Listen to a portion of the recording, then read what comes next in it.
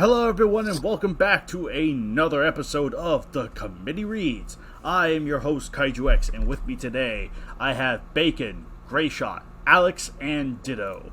And today we will be covering match 147, King Caesar vs. Godzilla, Heisei, by Joshua Reynolds. 3 years. That is all it took. When Godzilla returned from the endless fathoms of the ocean on Christmas Day of 2019, it was the dawn of the new era in Japan. Wow, that aged really well. Holy frick. Some monsters, loyal defenders of the country itself, appeared. But it was all in vain. The so-called king of the monsters obliterated anything and everything that dared challenge his awesome power. When armies failed and cities crumbled, the people began to evacuate. In 1 year's time, Godzilla, a virtual walking radioactive plague that scorched the land with atomic fire, decimated Tokyo. When the great megapolis fell, so did the country's government. For all intents and purposes, Japan was a wasteland. With over 80% of the entire country evacuated to Korea, China, and the United States, the United Nations stepped in. Godzilla wouldn't stop at Japan. It was feared he could hit any country next. The Koreans did the impossible. A joint defense by both the North and South, backed by the militaries of China and the United States. Even the Pacific Islands, including Hawaii, were on red alert. When the nuclear saurian was spotted, either out at sea or wandering the vast wasteland that he had turned Japan into, it wasn't rare for the nuclear superpowers to unleash their atomic arsenals, but it never worked.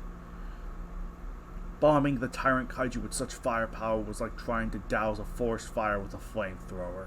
Some experts argued this, but as the megatons increased, others believed the sheer force of the blast would rip him apart, but it never did.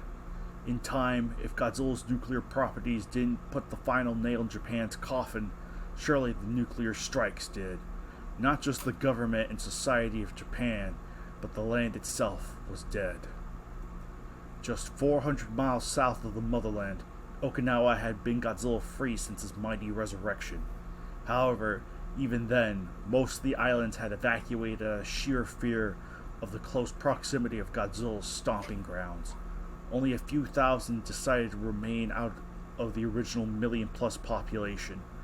Among those, a famous family, the Royal Azumi family.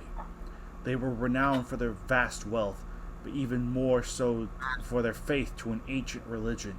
They believed this land, not so much Japan itself but Okinawa, belonged to a feral guardian, a true god king amongst mortal men.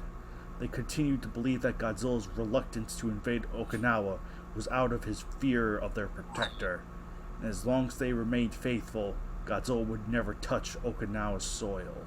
Pass. The lands burned. Fresh fields were turned to radioactive ash. It took a while, but Godzilla made landfall in Okinawa. The Titan's demonic roar echoed for countless miles, and he unleashed blasts of his clear breath. Overhead, jet fighters launched missiles, and bombers dropped barrels of napalm. But this had all failed before.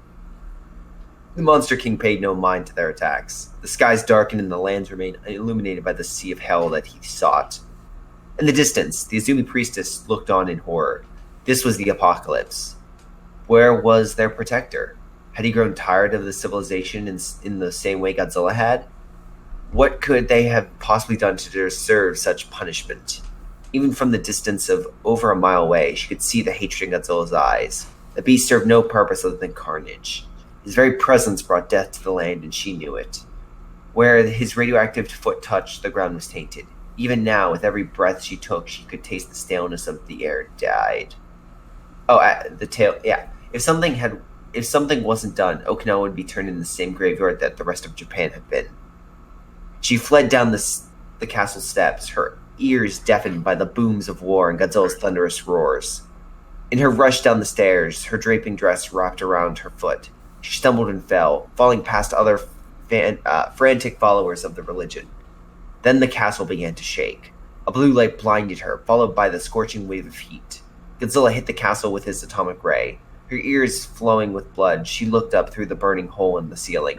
Overhead, the moon shined brightly, and more so than normal despite the rolling clouds of smoke. Please, she gasped, coughing on smoke as pebbles of debris fell from above. Don't let this happen, she begged, crawling to her knees. I give my life willingly, but please, do not let this demon go unopposed. Above her, a large slab of the castle's marble interior began to sway back and forth. She looked back at it, realizing that it was soon to fall. Turning her gaze back to the moon, she closed her eyes tightly. My God, I give my life to you, the ultimate sacrifice to grant my only wish. Save these lands. Save these lands. Pass. Pass. Okay. The castle collapsed in on it. Godzilla snarled, his upper list twisting to reveal his rows of dagger-like teeth. His cruel eyes blinked as he leaned his head back and roared his victory over mankind to the skies above. The zooming castle was obliterated. Elsie saw. The crack of lightning and boom of thunder rang out. The smoke-filled skies opened up with a rain of Godzilla's roars ceased as his eyes followed their trail, watching as they smashed into the distant mountain. Bolt after bolt struck the same area, carving the mountain for nearly a minute. The Saurian watched intently. Then the bolts stopped. They left a blanket of dust in their wake. It was a massive hole. Godzilla looked down. Head tilted as he tried to pierce the darkness of the open. Red eyes flashed from the darkness, then a roar, a bright roar, just as, if not louder than Godzilla's own. The light cast by the flames cast a shadow of a figure emerged. A titan of equal size to Godzilla. Oh, how surprising. Clad in overlapping brown scales and golden fur, the beast was unlike that of anything Godzilla had witnessed. Its face, like that of a lion, and crowned with a golden display of jeweled large floppy hooves. Its 3 fingers tipped with large claws. The creature looked as if it had first time in its den. Already Godzilla's spines flashed with atomic light. A blue blast erupted from his maw, shooting straight at King Caesar. The lion-like guardian ducked low, but he even tried to evade the shot. Instead, he met it face first. Godzilla's beam was swallowed by the red jewel that acted as his eyes. Immediately afterward, it fired back at Godzilla. Taken off guard, Godzilla was hit by his own. He was pushed back in a howling boom. As the explosion spread about his form, King Caesar charged in. He leapt and spun, slamming the sides of his foot into the abomination. Godzilla staggered to the side, shaking his head. Caesar's other foot came up, striking his midsection with a thud. As the monster king was forced to slide once, his muscular tail thumped the earth, and then lifted like a demonic cobra. It swung out, striking King Caesar. The guardian was hit full force and fell low while slipping back, spinning his body around to face the protector. Godzilla's spines flashed again, and he opened fire. Do I keep going, or is it pass? Pass. Okay. Like an agile feline, King Caesar rolled away, but kept his face in line with Godzilla's beam. Like before, he caught and reflected it right back. Godzilla ducked his head low, allowing his beam to fly past him. This brief amount of time is all King Caesar needed. He lunged, ramming his crown into Godzilla's gut. His arms wrapped around the Saurian, squeezing tightly. He was strong, but to lift the mountain of mass that was the king of the monsters, not even the royal god king possessed that strength. He struggled, growling and roaring. Godzilla's back surged with a radioactive glow. His maw opened and a faint glow flashed. An internal blast of nuclear energy blasted out of every inch of Godzilla's build. The atomic energy surged through King Caesar's body, making patches of his golden fur combust. He was sent backwards, landing hard on his back on the remains of the castle. Immediately after, Godzilla's atomic ray catapulted from his fanged jaws. This time the boom-like blast of nuclear annihilation struck its target. A titanic fireball blossomed across King Caesar's majestic body. His roar was muted by the roaring explosion of the blast. Godzilla nodded, enjoying the sight of the flames building where King Caesar was once visible. It was another victim to the living embodiment of sin. His tail slapped the ground and his back lit up once more. This land would burn like the rest of Japan. From the blaze as Godzilla turned his back on it, King Caesar stood. His fur was gone, revealing not blood nor skin. but a primitive form of machinery. One of his jewel eyes was gone, no doubt shattered into fragments that was now burned. His ears torn apart and many areas of his overlapping armor gone, all to reveal brick-like material and grinding gears underneath.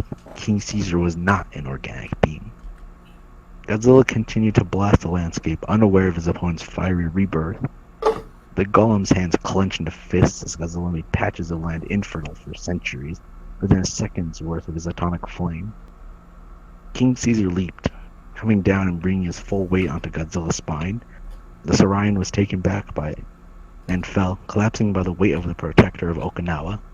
King Caesar's hands grabbed the sides of his skull, and began lifting and smashing the monster king's heads into the ground. He grinded and smashed, doing his best to make the menace's head one with the stained soil.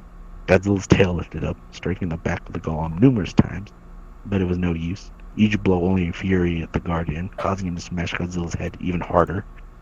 And pass. Yes. Oh. By now, small pools of blood and shards of broken teeth lay at the bottom of the deepening center. Pushing up with his hands, Godzilla began to rise with King Caesar on his back. Unable to smash Godzilla's head, the protector began pounding the sides of his head with tremendous brick-like hands. Reaching behind, the Saurian managed to grab the ankles of his attacker. With one quick yeet, he pulled King Caesar off. Guardian was tossed away, but landed on all fours like a cat. Immediately he stood tall. Once more they started off, Godzilla's head tilted as he examined King Caesar's mysterious inner workings. Godzilla's maw opened wide, another blast of atomic hatred firing. The lion-like Guardian ducked low, catching the attack and quickly firing it from its remaining eye like before. The blast hit Godzilla's fangled muzzle, pushing him back yet again. King Caesar trucked forward, charging with his head lowered. His roar echoed before he collided, ramming Godzilla with the ferocity of his own. The tip of his crown tore into Godzilla's abdomen, pulling out and then thrusting it in again. Damn, that's some kinky shit. Godzilla stomped to his feet and bellowed. He pushed away with his arms, forcing King Caesar back after a third thrust. God damn! As the Guardian merely lunged once more, Godzilla's arm shot up, grabbing his throat. He squeezed, causing numerous exposed bricks to break. King Caesar's muscular legs kicked, each blow causing a muffled growl of annoyance from the King of Monsters. Godzilla's grip tightened while his other hand came up, grabbing the face of the golem protector. His claws dug into the brick that lay underneath King Caesar's fake flesh. The beast screamed in agony as Godzilla's hand continued to crush, fingers penetrating the jewels and bricks easily. Godzilla's roars drowned out King Caesar's cries of horror as he crushed his face. A sickening scowl crossed the abomination's snout as his hand, once crushing the Guardian's image, smashed into a fist. The entire face of King Caesar shattered into ruin. All four of his limbs fell limp. His body fell, dropping to its knees and then into a slump as if bowing to the superior Kaiju. Lifting a foot, he placed on the back of the fallen hero's skull. Godzilla's arm leaned back, bellowed in absolute victory yet again. The atomic demon won. His roars of laughter were followed by the scorching heat of radioactive fury. Okinawa would soon be ash. Who knows what will follow? Winner, Godzilla. Alright. When I'm going to compare this to 145 real quick and say, like, by comparison, like, this one's alright. I think this one is also just kind of an alright match. King Caesar versus Godzilla, surprisingly, a match you think would have happened, like, a lot sooner. Because I think it is kind of neat to see King Caesar take on Godzilla when that was only ever really... I mean, because, you know, he only ever fought Mechagodzilla in the movies, and it's like, oh, it's kind of nice to see, you know, Godzilla and King Caesar fight. That is nice. And I do kind of like the setup, like, you know, I do, once again, I think, like, I think I do kind of like the setup to this one, too, where it's like, you know, GMK-ish Heisei Godzilla comes out, like, he is the atomic threat, he is not sympathetic, he is all destruction. I think it's nice that the Heisei Godzilla went in this direction for this particular match, because I don't think we get enough of that. A lot of it's either heroic or anti-hero. So, nice change of pace there. I think, yeah, this is all around an alright match. I do like the ending bit when King Caesar starts being torn apart. We get his inner workings and whatnot. That's always great stuff to sort of have a mental image of, like, just as, you know, breaking like this broken King Caesar just fighting to his last. And also, way beginning that mentions like, a new era of Japan is weirdly appropriate in 2019 because that's when the Reiwa era started, and for a match that probably came out like 5 years ago, that's aged very nicely. You're wrong. It started in 2016. Fool. Don't fund me.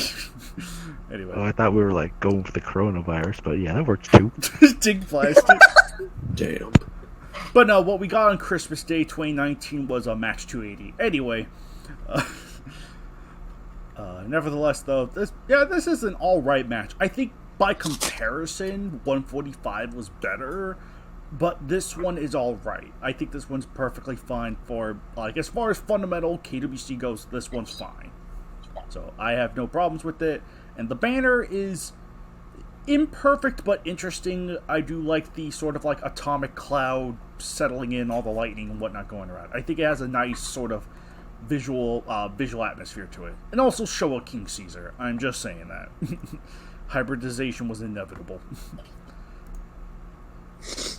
Well, I guess on my thoughts on this. So yeah, so I guess the most apparent thing is the reason I used the King. I made the banner, and the reason why the Caesar is the way it is mainly because I couldn't find a back shot of King Caesar Millennium, so I used this version. Yep. But yeah, figured it. I might get away with it. Definitely did not, and yeah. For the banner itself, we should have implemented that way earlier. Not wrong. But in regards to the banner itself, yeah, this is one of my... I actually have a soft spot for this one because I do like the construction. It doesn't hold up as well as like other banners that I've made. Especially like the smoke effects that Godzilla's trampling through the ash does not hold up that great. Regardless, though, of those things, I do like the setting of this match. But yeah, Godzilla is pure evil. And it's honestly kind of... Oh, honestly. Dig blasted. Oh, honestly. Well, it's in regards to the match, it's kind of shocking to have Godzilla not lose because King Caesar is built up to be this protector, and him not succeeding, I thought was a nice. Everyone makes note of like Josh being like, "Oh, Josh, always has the underdog win or whatnot." In this case, that is not the case. Mm-hmm. King Caesar gets obliterated, and I honestly like that consistency of Godzilla going through this. I honestly did. I honestly think it was good. Honestly, yeah. Honestly. I think this is pretty good. You're not only getting your testicles taken away, you're getting fucking obliterated by the Doomslayer himself, idiot. Bring it on. I'll back Halo. I'll back Master Chief. Master Chief can kick Doom Guy's ass. Let's do this. Oh gosh. Okay, this is... Oh, you want to go there, motherfucker? All right. Say honestly. that purposeful implementation was great. Okay. Yeah, but no, but for the match itself, I thought it was really good. I think it's one of Josh's better matches. The atmosphere in this match is top notch. The fighting is solid. It's not great. It's not bad. It's just really solid. With the most memorable shot, and the most memorable thing I remember was there was a crystal inside of King Caesar that Godzilla shot. I believe it was King Caesar's chest, and it redirected it back at Godzilla. I eliminated that and just had it replaced with the eye. Yeah, that's right. Yeah, I remember we talked about that. It was like, yeah, I think it was because King Caesar had a chest. I think it was in the anatomy books, but we ultimately decided that it'd probably be for the best that it came out the eye. We just keep it to what we know. Exactly. So that's what we kept it to. So I did have to go back and do a bit of editing on this one. Regardless, though, I think it holds up very well in regards to the editing department. I think this match actually holds up. Again, it makes no Christmas Day 2019. This match, I think Josh is a very, very good writer, and this one is definitely a showcase of how his writing skills can hold up over many years. But yeah, no, excluding those things, I honestly like the ending. It's a bit dark. I honestly did. Honestly. No, not again. Execution. I will send spawn upon you. All right. But Godzilla won, and yeah, it's one I definitely will remember. All right. That is an honest fact. Honest. All right. Bacon, what'd you think of it? I think that Gray Shot's a clown. But of the match itself, I thought it was alright. Nothing too special. The setup was nice. It was kind of weird for Godzilla to be GMK though. But I did like that he was the antagonist in this. But the match itself was alright. Yeah, I do have to say, I think, now that I think about it, is this our only Heisei Godzilla match where he's just the villain? He thinks. I think? Dang. I don't know, you tell me. Dang, I think it might be. But, it just shows, good like I said, I think that is, like I said earlier, that's my biggest praise for it, is just the change of pace it did with Heisei Godzilla, just making him a flat-out villain. That was nice. Anyway, did you have anything else to say, Bacon, or is that just pretty much... Nah, that's it. Alright. Bacon, that is accurate. Nice. Alex, what'd you think of it? I guess I have to like it because Godzilla won. He's the king of the monsters. It's interesting premise, but... We'll say the banner's pretty good. Okay. Really like the atmosphere to it. Mm-hmm. Alright. And that's all I have to say. Alright, just so super basic, it's like, whatever, because Kaiju X and Gray Shot take up most of the detailed stuff. Anyway, Ditto, what'd you think of it? I mean, I liked it. I like Godzilla's a full-on villain in this one. And King Caesar put up a pretty decent fight.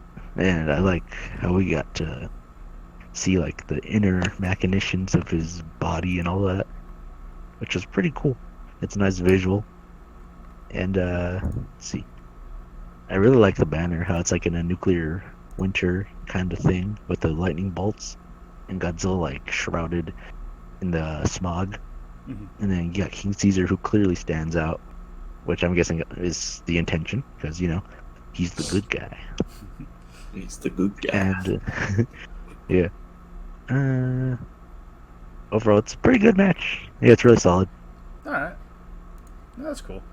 Yeah. Nevertheless, this concludes our reading of match 147, and we see you folks next week for match 148.